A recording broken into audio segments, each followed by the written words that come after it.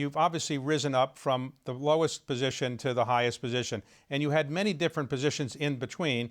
One of them, which is very unusual to have for a CEO, maybe sadly, is to be the head of human resources. So how did you go from being the head of human resources to being the CEO?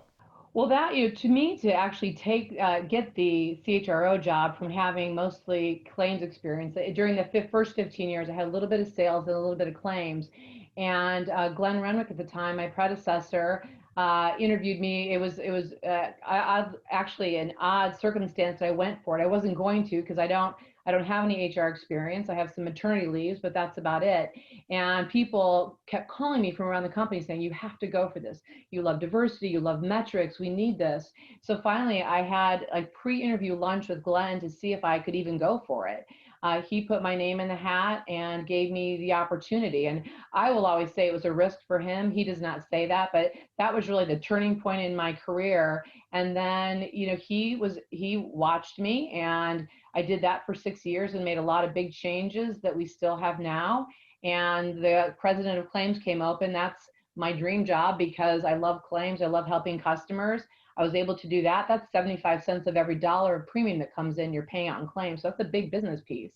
And then he gave me all things customer facing. So I had our call centers and claims. And then I was COO before the CEO role. So I really credit Glenn for guiding me, giving me opportunities, coaching me, and sponsoring me. So as head of human resources, you must have instituted some policies that changed the company's face because your company's been voted the #1 most diverse company in the United States in some surveys. Is that something that you implemented and put into practice? Yes, we started our diversity and inclusion initiatives really in earnest when I was there. We started our first employee resource groups, which was Progressive African American Network, and our LGBT plus. Now we have 9. We really set forth a strategy of how we're going to make sure everyone can bring their whole self to work. It was a big piece of our culture, and we started looking at the data.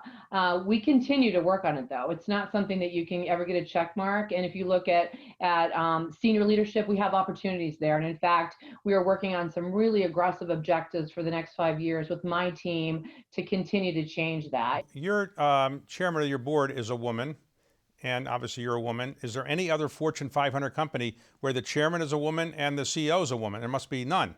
I don't think so. And we actually have 12 members of our board, and 6 are women, and 1 of the female is a person of color. So when you were the COO, and I guess in line to be the CEO, did you think that they were going to give the job to a woman, or you thought this will revert to the normal form and we'll find a nice white male that we can give it to? I was hoping to give it to the person they thought was the best fit for Progressive at the best time. And I remember interviewing with the board for several years during the process. And one of the board members said to me, "So you want to be a CEO?" And I said, "No, I want to be the CEO of Progressive." And that was what really was meaningful to me. So had I not gotten the role, I'd still be here. And there were lots of other opportunities to have a great CEO other than myself.